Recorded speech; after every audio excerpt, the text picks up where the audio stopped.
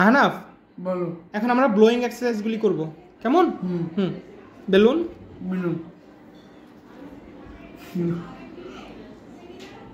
হ্যাঁ জোরে 1 2 3 4 5 6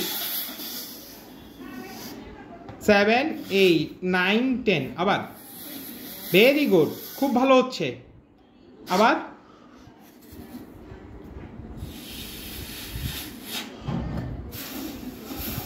very good try করি আবার হ্যাঁ আবার আবার করি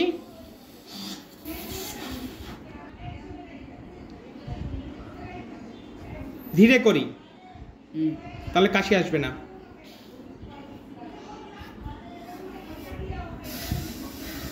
ভেরি গুড